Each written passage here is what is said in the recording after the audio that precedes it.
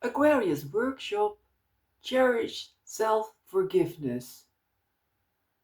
I start with a quote from Pathwork Lecture 94 with the title The True Self versus Superficial Personality Levels.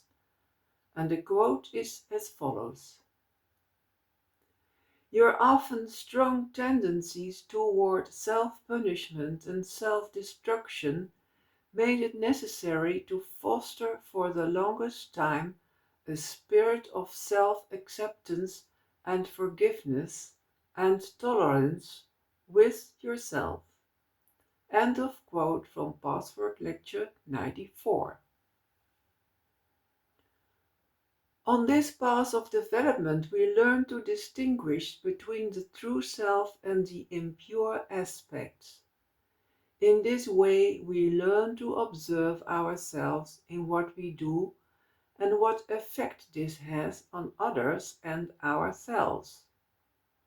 We learn to lovingly face, understand, accept, forgive, and love ourselves with all our imperfections. But often we are stuck in two unsatisfactory alternatives, neither of which are constructive.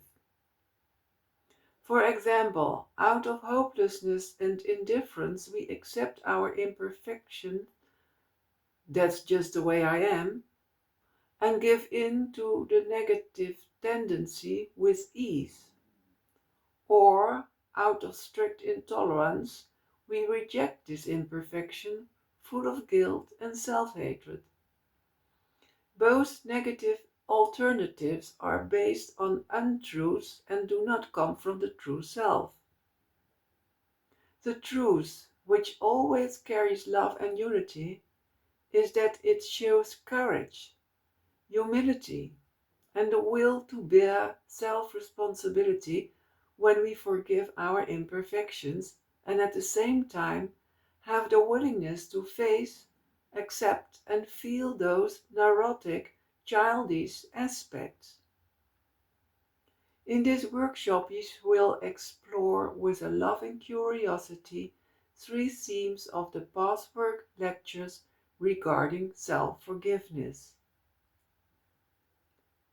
The first theme, not being forgiving creates fear of death. We dare not to be forgiving of ourselves for fear of giving in to our lower tendencies. In the same way, we confuse our self-destructive guilt and self-hatred with honest admission of what is negative and needs to be changed. These dualistic attitudes prevent emotional growth, expansion of consciousness, and union with the true self. Fear of death persists as long as there is self-hatred and we are not united with the true self. The next quote stems from Pathwork Lecture 226. If fear of death lurks in your heart, consciously or unconsciously, self-forgiveness is extremely difficult because one of the worst punishments is the threat of extinction. Lack of self-forgiveness brings this threat into focus. It triggers it off. End of quote from Pathwork Lecture 226.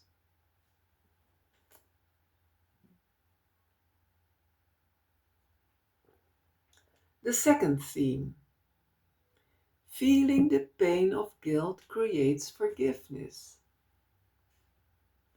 As long as we run away from the pain of guilt, we will punish ourselves mercilessly and continue that unloving attitude that only increases guilt.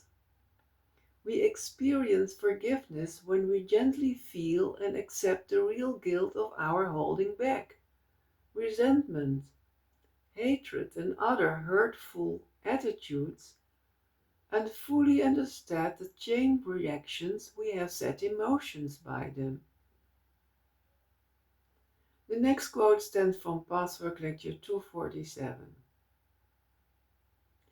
When you work on any personal issue where you, after much resistance, finally dedicate your being to wanting to see the truth, you sometimes go indeed through the pain of guilt.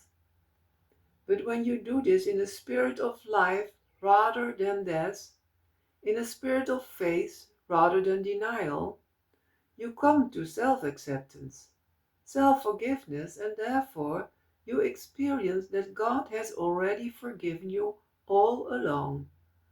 End of quote from Pathwork Lecture 247.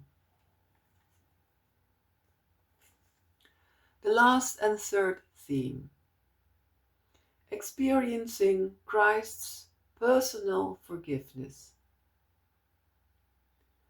Before the coming of Jesus Christ, humanity was convinced that it did not deserve forgiveness and that it would suffer forever, which meant that it had no motivation to purify itself.